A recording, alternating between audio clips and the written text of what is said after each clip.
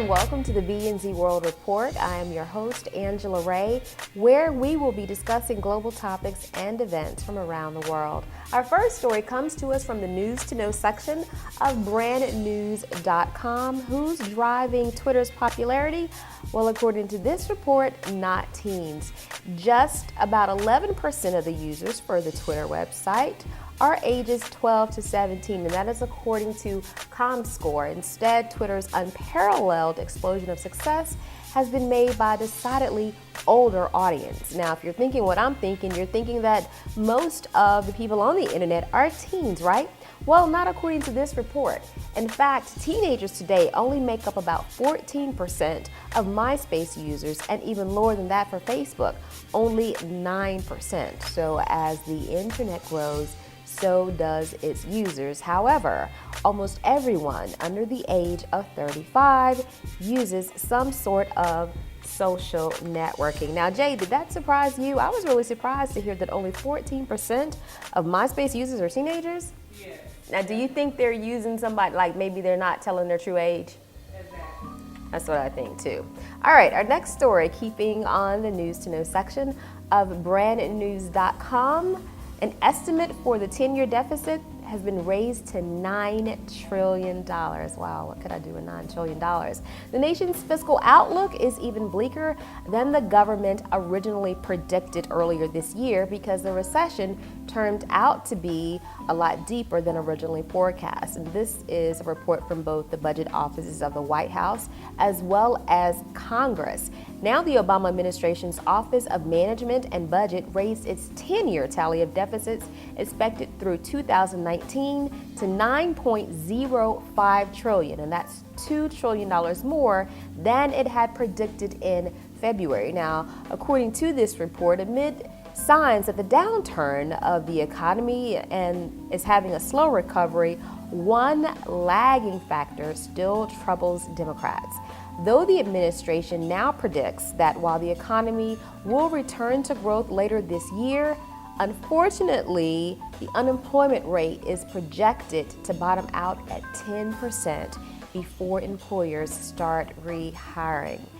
From MSN.com, robotic fish could patrol the waterways. Now, this one was pretty interesting to me. Now, schools of newly designed fish, robotic fish, could one day patrol the waterways, swimming around as fluidly as the real fish that they're modeled after. And they could be looking for things like environmental pollutants and inspecting submerged structures such as boats and oil pipelines. Now, if you're thinking robotic fish, what is that about? When did that come about? Well, robotic fish are nothing new. In 1994, ocean engineers from MIT engineered and demonstrated RoboTuna, a 4-foot-long autonomous fish. Researchers have also mechanically mimicked bats, bugs, snakes, and of course, humans. RoboTuna. Now, are they going to have robo trout, robo whiting, robo flounder? I mean, do we get to put hot sauce on this robo fish? I'm not sure, Jay. This one is a little interesting. All right, and our last story of this week's BNz World Report also comes from the News to Know section of our website.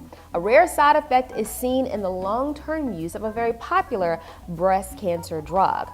A new report suggests that a drug widely used to treat breast cancer patients, and at least used to treat the recurrence of breast cancer, has been found to have a rare but dangerous side effect, increasing the odds that long-term users may develop a very uncommon but aggressive new tumor.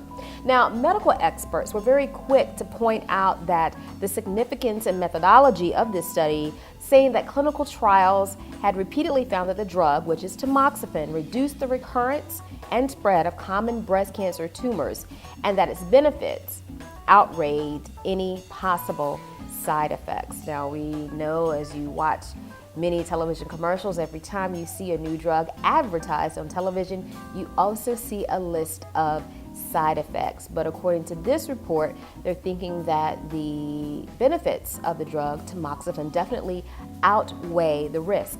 Now, this study that they're talking about, it followed about 1,000 women in the Seattle region who learned that they had an estrogen-sensitive breast cancer when they were between the ages of 40 and 79. And out of those women, about 358 did develop a new cancer, while 674 women did not. I'm sure we'll be hearing more about this story as it continues to develop.